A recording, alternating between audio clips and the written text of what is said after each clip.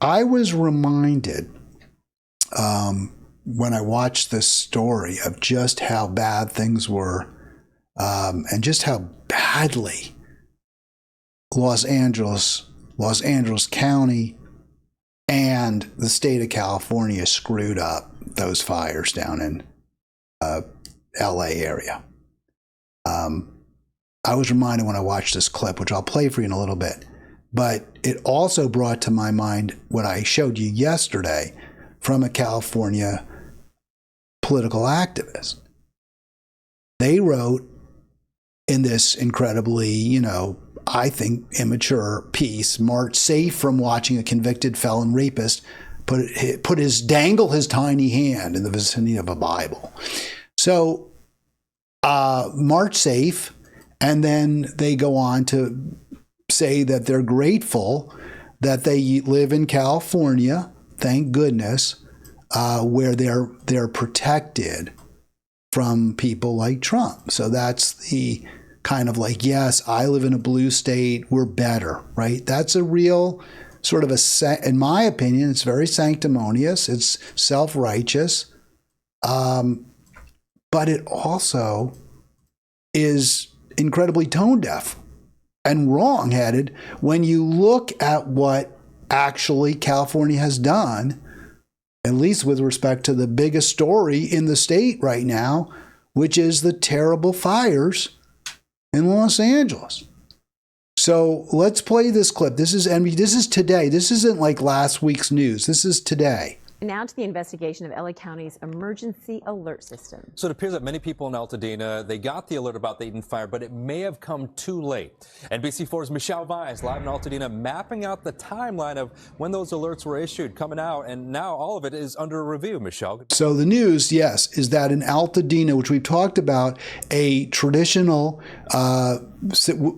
middle-class community with a significant African-American population going back 60 years now, was very, very badly devastated by the Eaton fire. And what made that fire even more destructive in Altadena is the fact that the Los Angeles County failed to provide sufficiently early warning to some of the residents of Altadena. So let's listen to Michelle Valls here. Morning.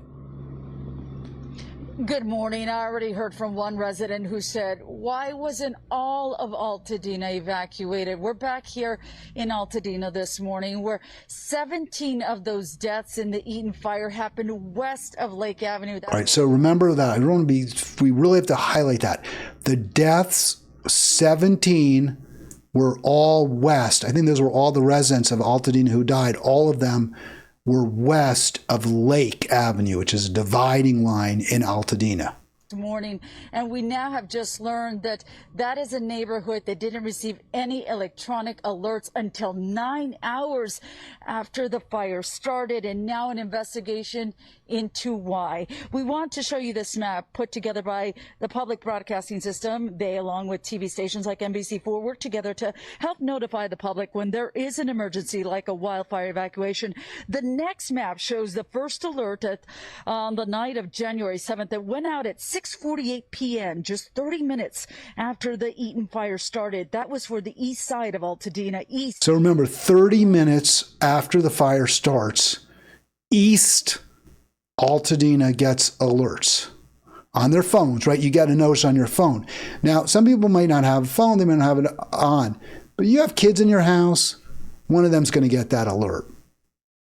You have your spouse, your spouse is maybe at work, they're going to call you up and say, it's 6:48. Let's say they're working late, whatever, or they have a night shift. They're going to call you up and they're going to say, we got to get out of the house right now.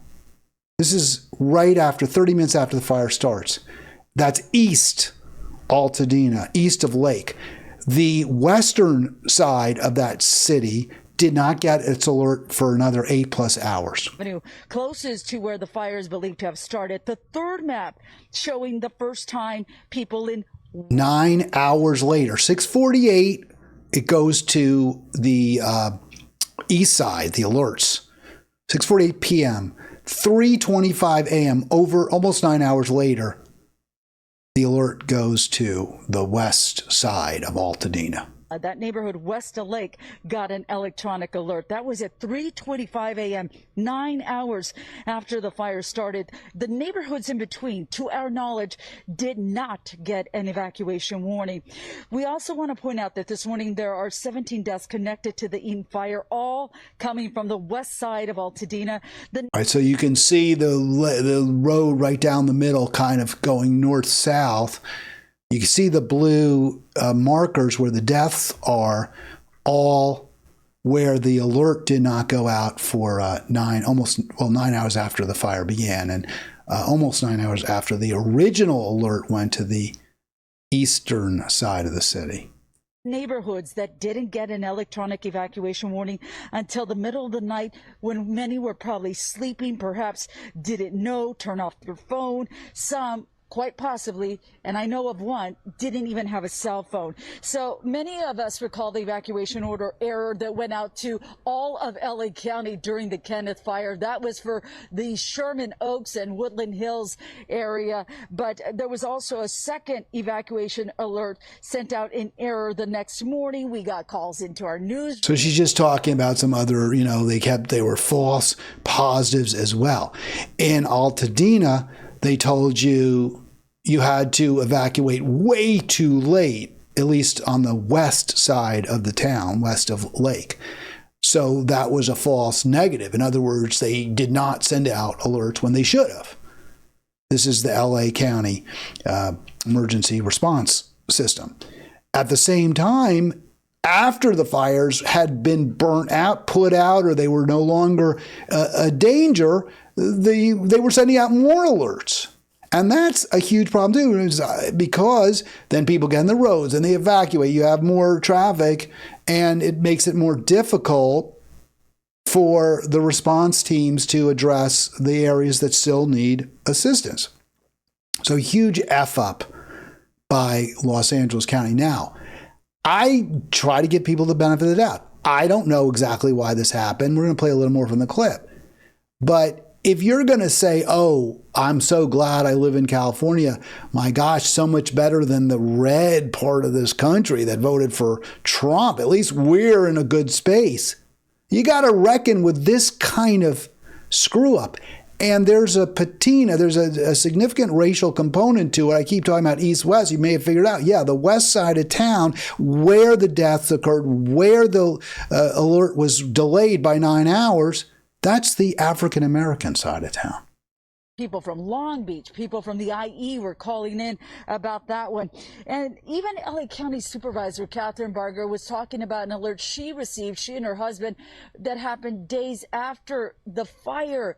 That was an evacuation warning when repopulation efforts were happening. So definitely a lot of confusion, but she says the board is committed to accountability and also transparency and is expecting the results of that review within 90 days. We will. All right. So again, look, these things happen. I don't want to, I'm sure they were just overwhelmed. I'm not here to condemn, the LA County response teams. They do need to obviously investigate what happened, just like they have to investigate why when they turn on hydrants there's no water, why one of the reservoirs had been drained at a time when there were very high risk of fires, because that is also part of the story. I just think this is kind of the reason why you don't brag about how great your state is, because it didn't go for Trump. I just think that when this is going on, you maybe you'll lay a little bit low. You don't say, oh, we're so much better than those chuckleheads in, Kansas. I note one other point. This is a story from this morning. So this isn't like I'm going back to last week. This is right now in Los Angeles. Of course, keep you posted and updated. In Altadena this morning, Michelle Valles for Today. All right, and I was going to stop, but I called her Valles. I'm sorry, Valles. I was going to end the clip there. I wasn't playing it, but I wanted to play it because the host, you can see her on, as you're looking at your YouTube, I believe on your left, she's going to ask her a pretty important question, and I really wanted to to play that for you as well and the response. You were there that morning. You experienced it for yourself, those crazy intense winds and those flames and the danger and the terror. Can you imagine not having the time to evacuate? Those hours were crucial in saving many of these victims, and they just went to bed thinking they were okay. Absolutely. In fact, I was communicating with a friend while we were in the eastern part of Altadena, and we didn't see anybody out there as far as emergency responders. Very limited, I should say. Very few engines and not very many people. So I didn't know what was happening really in the western part of it, but I had a friend here who was helping, trying to evacuate people, and I can hear the urgency in her voice, just saying, oh, we're trying to get these people out. And that was at the same time at 3 a.m. Clearly, there were a lot of people that didn't know, and clearly a lot of people only had minutes to get out when they did hear of the fire. So you can see the real world effect. The impact was devastating. Lives were lost. People went through that inferno that many who would have been able to get away because of the failure of the LA County to notify the folks in West Altadena, and they could have, they should have, but they didn't. It's just that simple. We're going to find it out. Now, I mentioned this. I already billboarded this for you. I already, highlighted it. But Altadena is the African-American side of town. And I don't want this to sound like I'm even implying that there was some, it had to do with race, that the county said, hey, we don't care about the black neighborhood. We don't care about the black people. Let them burn up. I don't think that was what was going on. I honestly don't. But can you imagine if a similar story had played out in, say, Wichita or Kansas City or Austin, Texas, Republican state? Austin's actually a Democratic city, but Republican city. Can you imagine if the authorities had let the black side of town burn up without telling the residents while they had 9 hours earlier begun, or 8.5 hours earlier begun an evacuation of white residents? Can you imagine what Democrats would be saying, what the libs would be saying? Can you imagine what your California Democratic activists would be saying if you saw this play out in a Republican city where the black neighborhood was allowed to be basically destroyed, where at least many, many deaths where there were none in the white area? You would have such an outcry. You would hear cries of racism, of gentrification. Yeah, let's get rid of those poor residents. Let's get rid of those poor houses, and we're going to rebuild with real expensive McMansions. Altadena's in a real nice area. It's right on a big state park. It's right next to Pasadena, which is a very affluent area. It's pretty close to downtown. It's in the hills, so it's a little cooler. So this is valuable real estate. Is there some kind of plan to let this happen? Is this a disaster capitalism? 65 years ago, Altadena, all of it was white. And the reason is you couldn't even sell to black people because of these horrendous, evil covenants, which I guess I did know they had those in California. It's disgusting. It's despicable. But during the 60s, the covenants were declared illegal by the Supreme Court at that time. I don't think today's Supreme Court would make those illegal, but we had a better Supreme Court then. And as a result of that, the covenants being ruled illegal, and as well as a lot of other factors, including the riots, Altadena, experienced a significant amount of white flight, because those were the people who lived there. And where do they leave most particularly? West Altadena. And I'm going to assume that's because it was a little closer to downtown, which is where you had the riots. I don't know that. I'm just presuming that may not be the case.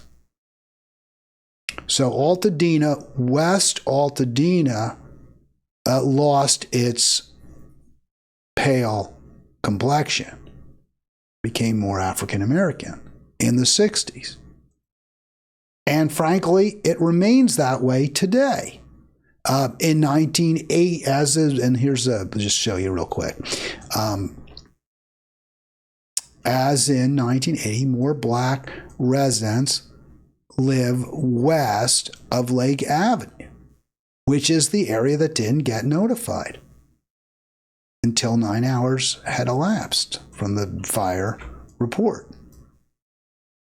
And 17 people died. Many houses were destroyed. That neighborhood is not all black by any means. It's integrated.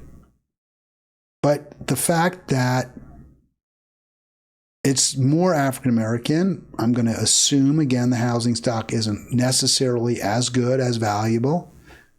And, the developers are chomping at the bit. And, of course, Governor Newsom said, hey, go ahead, rebuild. There's going to be no environmental regs. We're not going to look over your shoulder. Do it however you want. That's a Democratic governor in a Democratic county. And let's hope, we'll keep an eye on this. Let's hope they're not going to just leave those West Altadena residents hanging out to dry. But they might. Seems very plausible. Doesn't seem unreasonable. And you can see that Lake Avenue, and we saw even just west of Lake were some deaths. That's the area that didn't get the notifications. If you were west of Lake, your house was assigned from the 60s through the 70s to blacks. And if it was east of Lake Avenue, to the whites. Now the bigger problem isn't segregation. It's just those homes are more and more expensive. They're $1 million houses. 2 or 3 bedroom houses is $1.5 million. No more bargain. No more bargain. So what do? You want to sell houses? You're a realtor. You want to build new houses. You want to upgrade. You're an improver. You're a developer. Whatever you are, you're in construction. Hey, what gives you a better opportunity than a fire? And especially if the people who live in there, many of them have just decided we're going to move on. We're not even going to stay here anymore. Now, the fact that the notifications didn't go out doesn't mean the firefighters weren't there. In fact, you heard Michelle Vyas say, yeah, well, there were firefighters there. But how much damage occurred? How many people lost their belongings, their personal effects, some of which they could have saved? Their valuables that they could have transported out of the home very quickly. Didn't happen because the county didn't notify them. So was this somehow by design? I don't honestly believe that. I don't think so. But I bring it up because can you imagine what Democrats would say if this had happened in a Republican state, in a city that was run by Republicans, where the black side of town doesn't get notified for almost 9 hours of a devastating fire, when the white side got notified 8.5, 9 hours earlier? Can you imagine what Democrats would be saying? The point of this is not to even try to compare or say, oh, well, this or it's that we need to go in a different direction. This hyper-partisan, two-party, binary political system is toxic, and it leaves us all losers except for the leaders in those parties and the billionaire class. It's time to move on. All right, I'll be back tomorrow. I did not get to my discussion of sex and gender. I will do that tomorrow. Give me a little more time, a little more opportunity. Thanks for watching. Thanks for being part of Halitics. I'll see you tomorrow.